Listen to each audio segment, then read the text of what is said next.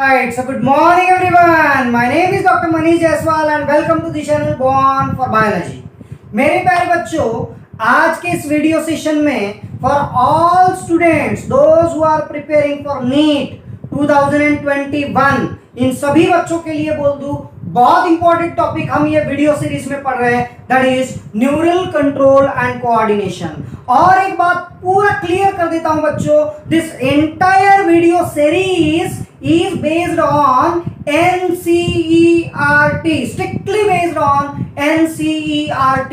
NEET के बच्चे जो भी प्रिपरेशन कर रहे हैं, line to line explanation is included in this video session of neural control and coordination. तो लास्ट तक ये वीडियो ऑब्जर्व करना, राइट। सो आज की वीडियो सीरीज में हम देखेंगे बच्चों ये न्यूरल कंट्रोल एंड कोऑर्डिनेशन में reflex action and reflex arc and various types of sensory organs. So let us try to understand firstly about reflex action. लेकिन मेरे प्यारे बच्चों, आपको ये ध्यान में रहना जरूरी है कि रिफ्लेक्स एक्शन जो है ये क्या है और कहां से कंट्रोल होती है। इसका पूरा बेसिक पार्ट जो है वो एनसीईआरटी में दिया नहीं है। पहली बात तो आपको ध्यान में रखना है, रिफ्लेक्स एक्शन का जो पार्ट है that is controlled mainly from spinal cord, और स्पाइनल कॉर्ड का स्ट्रक्चर आपको आपके एनसीईआरटी के बुक में दिया नहीं है। लेकिन आपको पता होना चाहिए ये स्पाइनल कॉर्ड क्या होता है, जिसका ट्रांसवर्स सेक्शन मैंने यहां पे स्केच किया है। ब्रेन से निकलने वाला cord like structure that runs across to the vertebral column, neural canal of the vertebral column से जो नीचे जाता है that is spinal cord. Spinal cord में ये पूरा आउटर बाउंड्री है स्पाइनल कॉर्ड का, तो ग्रूव्स दिख रहे हैं, सेंटर में कैनाल है। Spinal cord has a central canal, central canal is surrounded by H shaped region called as grey matter. Grey matter में बहुत सारे अलग अलग न्यूरॉन्स होते हैं, इंटर सेंसरी न्यूरॉन्स और inter neurons, also called association neurons. This gray matter is surrounded by white matter and outwardly it shows two depressions or grooves such as dorsal and ventral fissures. So this is about spinal cord. Spinal cord is a part of CNS and spinal cord receive many impulses of stimuli and it gives responses to that without any conscious efforts. That is, reflex action is controlled from spinal cord mainly. अब reflex action क्या होती है यह समझने के लिए कुछ बहुत जरूरी एग्जांपल्स देखो। अगर आप वीडियो कंसंट्रेट करो, देखो, नजदीक से देखो, और मैंने ऐसे फिंगर आपके आंख के नजदीक ला ली तो आपके आंख ब्लिंकिंग होती है ना, right, that is reflex action. अगर नोइंगली अननोइंगली हमको पता नहीं है, एक वेसल रखा है गैस के ऊपर, दूध या पानी ऐसे बहुत बॉइल होके रखा है, गर्म है, बहुत हॉट स्पॉट है, और हमको पता नहीं है, हमने वो वेसल पकड़ने की कोशिश की, उसको हाथ लगाया, जोर से झटका बैठ, तो हमारी बॉडी वाइब्रेट होकर हाथ वो वेसल्स को छोड़ देते हैं, इमीडिएटली हम अपने हाथ निकाल लेते हैं। This is reflex action, quick response, right. और अगर रास्ते पे आप चल रहे हो और कोई शार्प विथ बेयर फुट, आपने स्लीपर, चप्पल, सैंडल कुछ नहीं, शूज कुछ नहीं पहना है, आप बेयर फुटेड वॉक कर रहे हो, चल रहे हो, और एक पॉइंटेड ऑब्जेक्ट अगर आपके पैर में से छुप जाता है, कांटा लगा, राइट, कांटा छुप जाता है, तो इमीडिएटली हम अपना पैर निकाल लेते हैं, that is reflex action, right. अगर कोई भी ऑब्जेक्ट अननोइंगली, आप एक्सपेरिमेंट कर सकते हो घर जाके मेरे प्यारे बच्चों, आपका कोई भी भाई बहन दोस्त है ना, अगर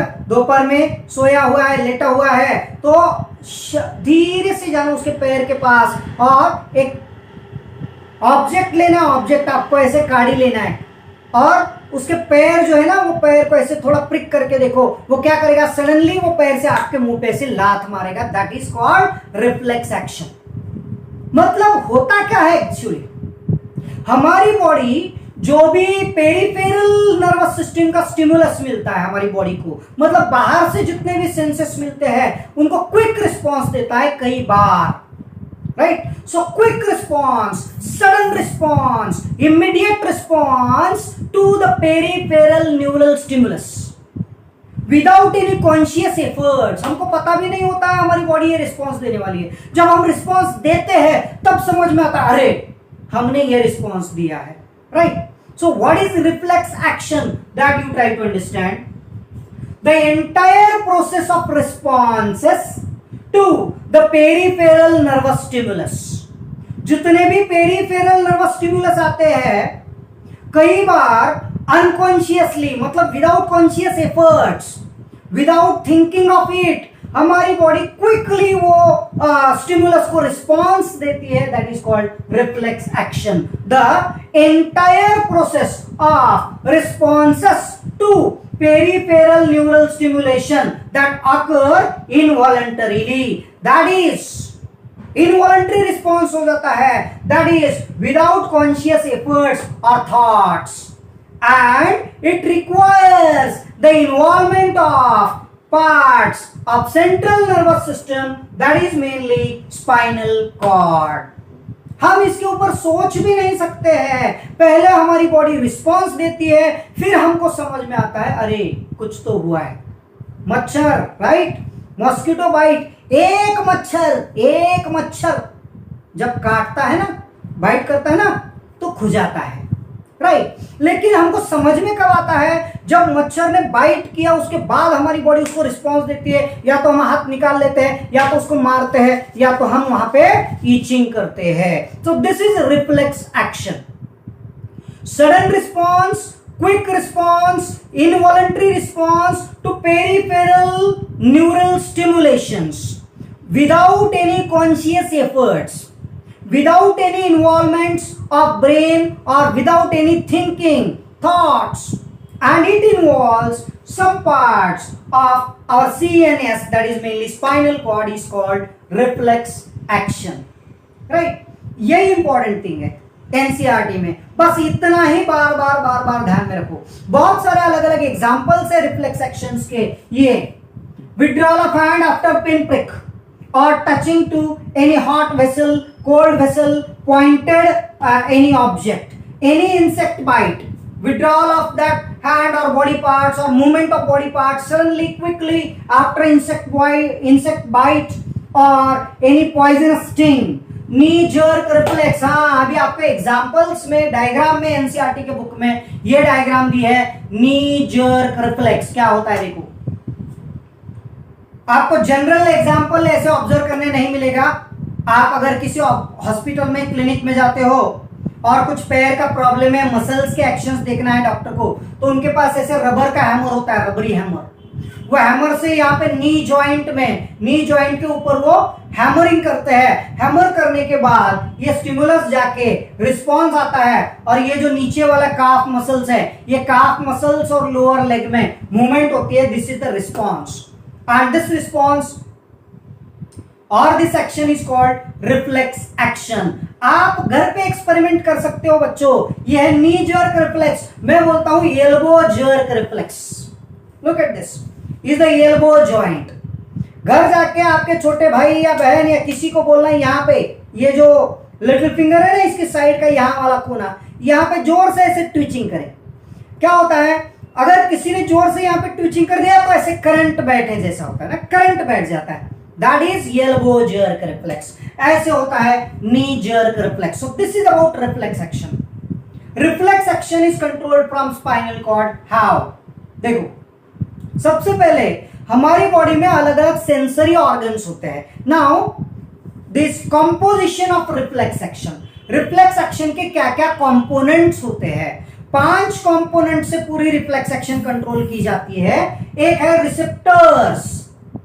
रिसेप्टर्स मतलब क्या?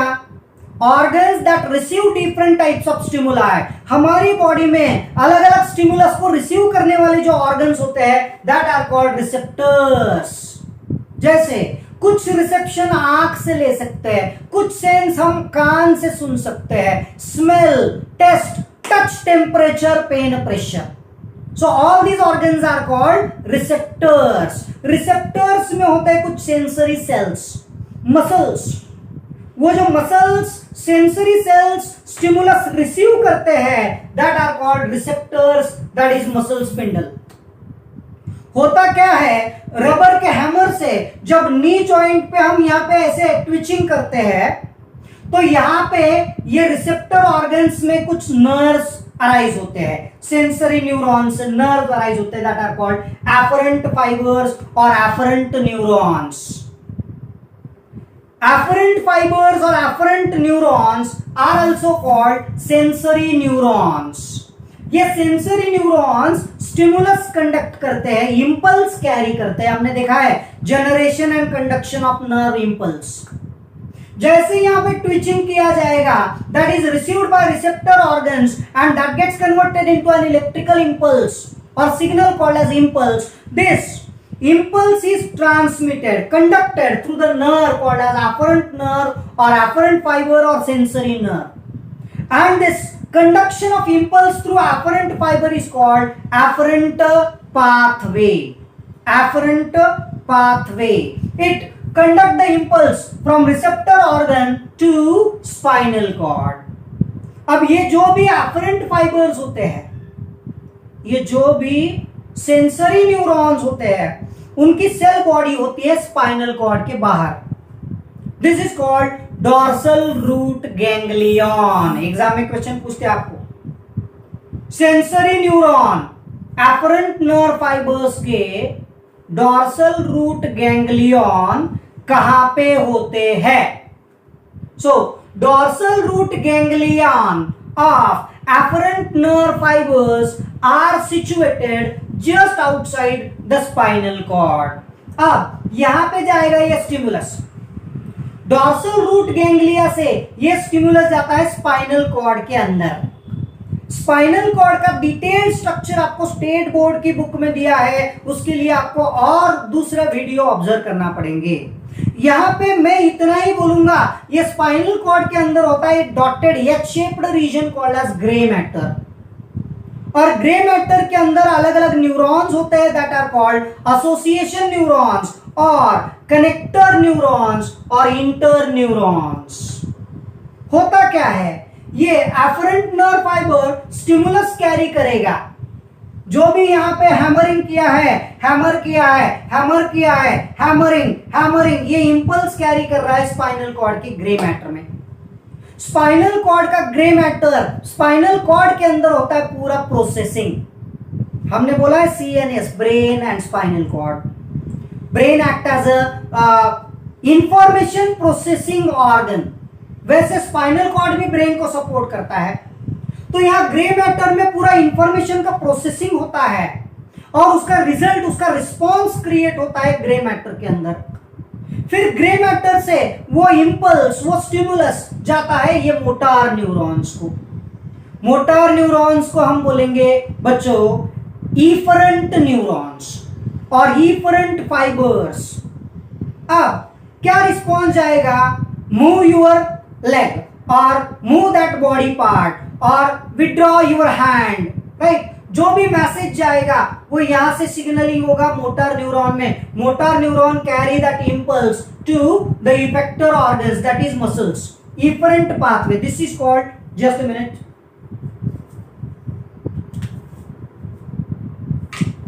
This is called efferent pathway. T रह गया था, right. This is the efferent pathway. और फिर वो मसल्स को स्टिमुलस मिल जाएगा और वो मसल्स कॉन्ट्रैक्ट हो जाएगी. वो मसल कॉन्ट्रैक्ट होने के कारण ये जो लोअर लेग है, लिम्ब है, इसकी मूवमेंट हो जाएगी and that is known as response. So overall this quick action is given by the particular part without conscious efforts and it involves or it requires the involvement of the spinal cord. This action, this quick response, sudden response, involuntary response is known as reflex action. Now reflex arc. Reflex arc का मतलब क्या होता है, पूरा pathway.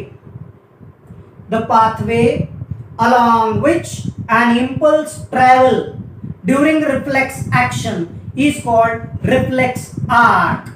Reflex arc includes receptor organ receiving the stimulus, then afferent pathway through afferent nerve fibers, spinal cord, that is interneurons, then motor neurons or efferent neurons that carry the impulse to efferent organs or motor end plant effector organs, and then response is given. This pathway along which an impulse travels is known as reflex arc.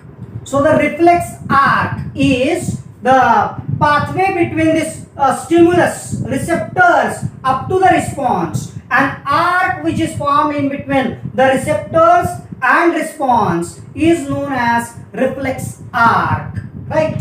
In order to understand this in detail, you have to observe this diagram, which is also given in NCERT book. So this is everything about reflex action and reflex arc.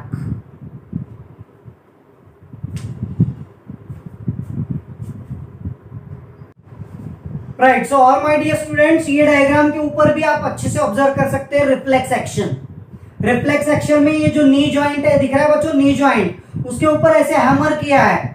Hammer करने के बाद knee joint के ऊपर जो muscles है, thigh muscles, वो thigh muscles को stimulus मिलता है। थाई मसल्स के अंदर से कुछ नर्व्स निकल रहे हैं, सेंसरी न्यूरॉन्स, जिसको हम बोलते हैं afferent nerve fibres. Afferent nerve fibres conduct कर रहे हैं, वो इंपल्स जा रहा है, देखो एफरेंट पाथवे दिख रहा है डायग्राम में, राइट। एफरेंट पाथवे जा रहा है स्पाइनल कॉर्ड में। स्पाइनल कॉर्ड में, स्पाइनल कॉर्ड का स्ट्रक्चर आपको नीट की बुक में दिया नहीं है, आपको पढ़ना पड़ेगा। स्पाइनल कॉर्ड में सेंटर में दिख रहा है circle, that is called central canal, और उसके आजू बाजू पूरा डॉटेड रीजन दिख रहा है, that is called grey matter. तो ग्रे मैटर में जाएगा ये एफरेंट नर्व फाइबर, और एफरेंट नर्व फाइबर की बॉडी है सेल बॉडी, जिसको हम बोलेंगे डॉर्सल रूट गैंग्लियन।